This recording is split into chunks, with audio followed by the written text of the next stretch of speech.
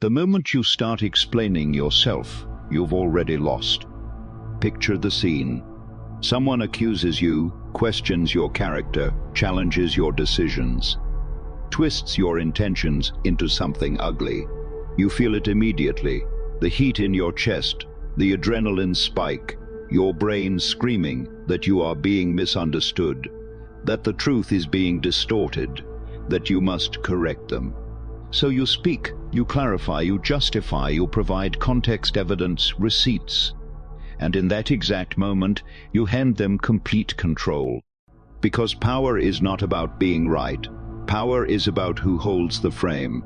And the second you defend yourself, you've stepped into their courtroom. You've accepted them as judge. You become the defendant in a trial you never agreed to attend. Machiavelli understood something brutal about human nature. The one who explains is the one who submits. The one who defends accepts the other person's authority to judge them. In this video, I am going to show you why defending yourself is the fastest way to lose respect. And more importantly, how to flip the power dynamic so completely that your silence becomes a weapon. But understand this, what I am about to teach you requires you to kill a part of yourself, the part that desperately needs to be understood, the part that begs for approval. If you can kill that need, you become untouchable. Your compulsion to defend yourself was programmed into you in childhood. Think back. You are 5 years old. A parent or teacher accuses you of something. What was the only way to escape punishment? Explanation. I didn't break it. It fell. I didn't start it. He hit me first. You learned that authority figures hold the power of judgment. And you learned that your survival depended on convincing that authority that you were good. The problem is you grew up, but your psyche didn't. You are still projecting that authority figure onto everyone you meet. Your boss, your partner, strangers on the internet, even your enemies. When you defend yourself, you are subconsciously saying, "You are the judge. I am the child. Please accept my explanation so I can feel safe again." It reeks of submission, and humans can smell that weakness instantly. Machiavelli wrote, "It is much safer to be feared than loved." Translate that to modern dynamics. It is much safer to be respected than understood. When you rush to defend yourself, you prioritize being understood over being respected. You are saying, "Please see my intent. Please believe me." But a king does not explain his decrees. A lion does not justify its hunt. The moment you start rambling, showing texts, bringing up past events, giving reason, you signal that your internal stability depends on their agreement. You've given them the key to your psychological house, and once they have that key, they can ransack it whenever they want. So what happens when you refuse to jump? Imagine this. Someone throws an accusation at you. You are being incredibly selfish right now. The old you responds immediately, "No, I am not. I did X, Y, and Z for you yesterday. I am just tired." Defensive, weak, reactive. Now imagine the Machiavellian approach. They say, "You are being incredibly selfish right now." You look at them, you hold eye contact. Your face remains completely neutral. You don't blink. You let the silence hang in the air. 3 seconds, 4 seconds, 5 seconds. Do you know what happens in that silence? It creates a psychological vacuum. The human brain is terrified of silence during conflict. It signals that the other person isn't playing the expected game. When you stay silent, you are mirroring their aggression back at them. You are forcing them to sit in the tension they created. Usually they crumble. They speak again to fill the void. I mean, you are not always selfish, but just right now. Why are you looking at me like that? They start defending themselves against your silence. The power has flipped. This is the weaponized version of the gray rock method. You become a void. A void cannot be attacked. You cannot punch mist. You cannot cut water. By refusing to provide the resistance of defense, you cause their attack to pass right through you and unbalance them. This requires immense self-control. Inside, your ego is screaming, "Fight back. Say something clever." You must leash that dog. Machiavelli knew that the most powerful person in any room is the one who cannot be read. If you defend, you reveal your values. You reveal what hurts you. You reveal your buttons. "I am not stupid," you shout. Now they know your insecurity is intelligence. "I am not a bad person." Now they know your insecurity is moral standing. Silence reveals nothing. It is a dark mirror. When they look into it, they only see their own aggression reflected back, and it makes them deeply uncomfortable. Sometimes silence isn't enough. Sometimes the situation demands words, but never defensive words. If you must speak, you never push back against the force. You pull it. You use conversational aikido. There is a dark psychology technique called agree and amplify. It creates cognitive dissonance in the attacker.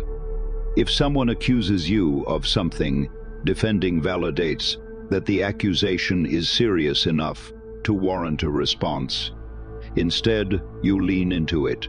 You exaggerate it until it becomes absurd. Attacker, you are obsessed with money. You are so greedy. Defensive response, no, I am not. I just want to provide for my family. Boring, predictable, weak. Machiavellian response, you caught me. I actually swim in a vault of gold coins, like Scrooge McDuck, every Tuesday.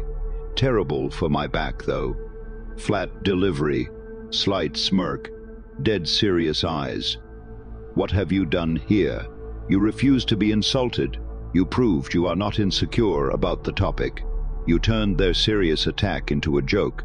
You established that you are the one framing reality, not them. This is called amused mastery. It is the ultimate high-status position. It is the attitude of a parent watching a toddler throw a tantrum. You don't get angry at the toddler. You don't argue with the toddler. You are amused by the drama because you know you are safe. When you defend yourself, you are getting down on the floor and screaming with the toddler. Don't do that. Stand up, look down, observe. Another technique, flip the courtroom. Every conflict has a hidden structure, a judge and a defendant. The judge asks questions. Why did you do that? What were you thinking? The defendant answers, I did it because... Whoever asks the questions holds the power. Whoever answers is losing status. The lethal move is to refuse the role of defendant and seize the role of judge. You do this by answering a question with a question. Them, why are you always so late? Defensive, there was traffic and my alarm didn't go off. Losing, Machiavellian, why does my arrival time affect your mood so deeply? Boom. Suddenly we're not talking about the clock. We're talking about their emotional stability. You've put the spotlight back on them. Them, you are being ridiculous. You, what makes you feel the need to use labels like that? You are psychoanalyzing them in real time. This is infuriating to a manipulator. They want you defensive. Instead, you are observing them like a specimen in a jar. It is interesting that you perceive it that way. You seem very invested in this. These phrases are shields. They acknowledge the sound coming out of their mouth without accepting the content. You are saying, this is your stuff, not mine. Keep it. None of this works if it is just a performance. If your voice is shaking, if your eyes are darting, if your energy screams, please like me, it will fail. The techniques are 20% words, 80% internal frame. You need to build the foundation that supports the silence. Ask yourself, why does it hurt? when they attack you, because they're touching a wound that is already there. If I tell you that you have green skin, you won't get mad. You'll think I am crazy. You won't defend yourself. You'll laugh. But if I tell you you are a failure and you scramble to defend yourself, it is because part of you suspects I might be right. The ultimate defense isn't a verbal technique. It is self-knowledge. It is looking into your own darkness, owning your flaws, accepting your shadow. When you know you are capable of selfishness, and someone calls you selfish, you say, sometimes yes. When you know you are capable of cruelty and someone calls you cruel, you say, I can be. You cannot shame a person who has already accepted themselves. You cannot expose someone who has nothing left to hide. This is what it means to be untouchable. You've integrated the parts of yourself that others try to use against you. You become transparent. The attacks pass through. You are no longer a fortress that needs defending. You are the wind. So here is your challenge. For the next 7 days, play a game called No Defense. No matter what happens, no matter how small the accusation, you are forbidden from explaining yourself.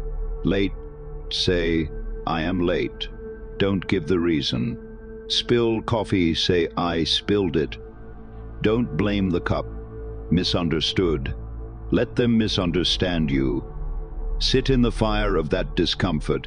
Feel the urge to fix it, to manage their perception, and let that urge burn to ash. Watch what happens. Watch how people react when you stop playing the game. You'll see confusion, then respect, then a strange magnetism, because nothing screams certainty louder than a person who doesn't need to explain why they exist. You are reclaiming your power. You are plugging the leaks in your soul. You are stepping out of the role of child and into the role of sovereign. The world will try to pull you back. It will bait you. It loves a reaction. Don't give it one. Keep your mystery. Keep your power. Keep your silence. If this resonates with the part of you that is tired of performing for others, subscribe. Not because I asked. Subscribe because you are done being prey.